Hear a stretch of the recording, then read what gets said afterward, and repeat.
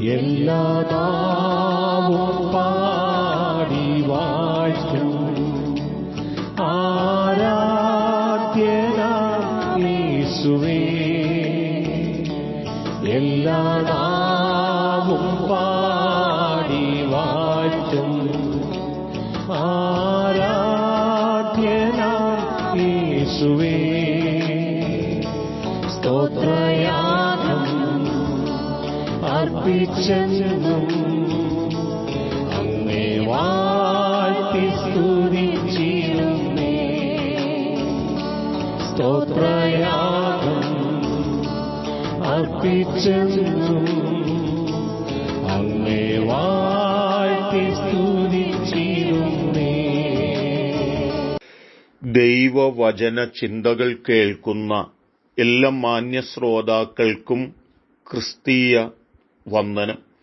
സദൃശവാക്യങ്ങളുടെ പുസ്തകം 1-ാം അധ്യായം 7-ാം വാക്യത്തിന്റെ 2-ാമത് ഭാഗം ഇപ്രകാരം രേഖപ്പെടുത്തിയിട്ടുണ്ട്: ഭോഷന്മാരോ ജ്ഞാനവും പ്രബോധനവും നിരസിക്കുന്നു എന്നുള്ള വാക്കുകളാണ്. ഇവിടെ ജ്ഞാനവും പ്രബോധനവും നിരസിച്ചു കളഞ്ഞുകൊണ്ട് അതിബുദ്ധിമാന്മാരെന്ന് ചിന്തിച്ച് മുൻപോട്ട് കടന്നു പോകുന്നതായ ഒരു കൂട്ടം ആളുകളെക്കുറിച്ചാണ് ഓർമ്മപ്പെടുത്തിയിട്ടുള്ളത്. ഞാൻ ഓർപ്പിക്കുന്നത്, യഥാർത്ഥ ജ്ഞാനി, ബുദ്ധിയുള്ളവൻ ആരാണ് എന്ന് ചോദിച്ചാൽ ദൈവത്തെ അന്വേഷിക്കുന്നവരാണ് യഥാർത്ഥ ബുദ്ധിമാന്മാരെന്ന് വേദപുസ്തകം നമ്മെ ഓർപ്പിച്ചിട്ടുണ്ട്. എന്നാൽ ന്യായപ്രമാണത്തിന്റെ പ്രബോധനങ്ങളും ഏറ്റവും ശ്രേഷ്ഠമായ, നമുക്ക് ഗുണകരവും നമ്മെ നന്മയിലേക്ക് നടത്തുന്നതുമായ പ്രബോധനങ്ങളെല്ലാം പൂർണ്ണമായി നിരസിച്ചുകൊണ്ട് അതിനെ അംഗീകരിക്കുവാൻ മനസ്സില്ലാതെ മൂഢന്മാരായിരിക്കെ ജ്ഞാനികളെന്ന് പറഞ്ഞ് മുൻപോട്ട് കടന്നു പോകുന്നതായ ഒരു കൂട്ടം ആളുകളെ വിളിക്കുന്ന പേർ തന്നെയാണ് ഭോഷന്മാർ എന്നുള്ളതായ വാക്ക്.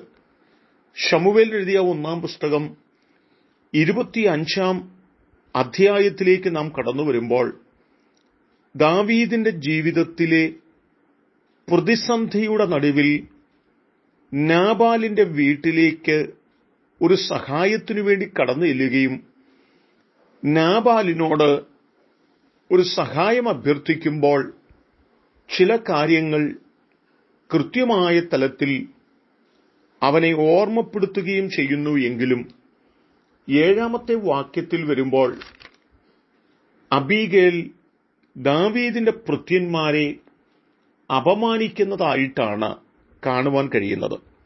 അവിടെ നാബാൽ എന്ന മനുഷ്യൻ അതിബുദ്ധിമാനാണ്, ജ്ഞാനിയാണ് എന്നൊക്കെ തോന്നുകയും ആ തലത്തിൽ തന്റെ വീട്ടിൽ വന്നിരിക്കുന്നവരെ അപമാനിച്ച് പറഞ്ഞയക്കുകയും ചെയ്യുമ്പോൾ അബീഗേൽ കടന്നു പോകുന്നതായി ദാവീദിന്റെ ഭൃത്യന്മാരുടെ പിന്നാലെ കടന്നു ചെന്നിട്ട് അവിടെ ഭർത്താവായിരിക്കുന്ന നാബാലിനെക്കുറിച്ച് പറയുന്നതായ വാക്കുകൾ, നാബാൽ എന്നല്ലോ അവന്റെ പേർ, ഭോഷത്വമത്രേ അവന്റെ പക്കൽ ഉള്ളത് എന്നോർമ്മപ്പെടുത്തുകയാണ്.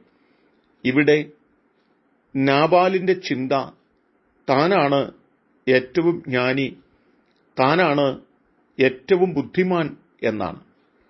എന്നാൽ തന്നെ അടുത്തറിയാവുന്നവർക്ക് കൃത്യമായി മനസ്സിലാക്കുകയും തന്നെക്കുറിച്ച് പറയുകയും ചെയ്യുന്നത് ഇവൻ വെറും പോഷത്വം മാത്രം ചെയ്യുന്നവനാണ്, ഇവരൊരു ജ്ഞാനിയായ മനുഷ്യനല്ല എന്ന് ബോധ്യപ്പെടുത്തി പറയുന്നതായ വാക്കുകളുണ്ട്.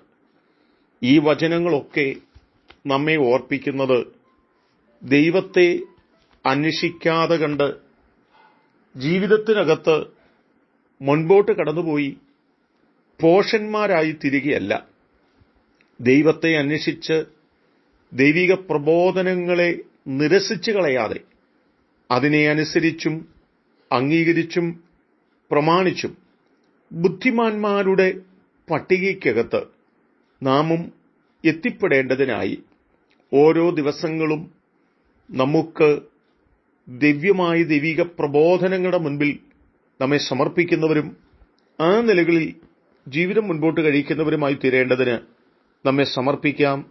അതിന് എന്റെ കേൾവിക്കാരായ നിങ്ങളെ ഏവരെയും ദൈവം സഹായിക്കട്ടെ. കരുണയുള്ള ദൈവമേ, ഞങ്ങൾ ജ്ഞാനികളെന്ന് അഭിനയിച്ചുകൊണ്ട് പോഷന്മാരായി തീരുകയല്ല, ദൈവത്തിന്റെ പ്രമാണങ്ങളെ, പ്രബോധനങ്ങളെ നിരസിച്ചു കളയാതെ സ്വീകരിച്ചുകൊണ്ട് ബുദ്ധിമാന്മാരുടെ പട്ടികയിൽ, ജ്ഞാനികളുടെ പട്ടികയിൽ ഞങ്ങൾ എത്തിപ്പെടുവാൻ ഞങ്ങളെ സഹായിക്കണം. യേശു കർത്താവിൻ നാമത്തിൽ തന്നെ ആമേൻ.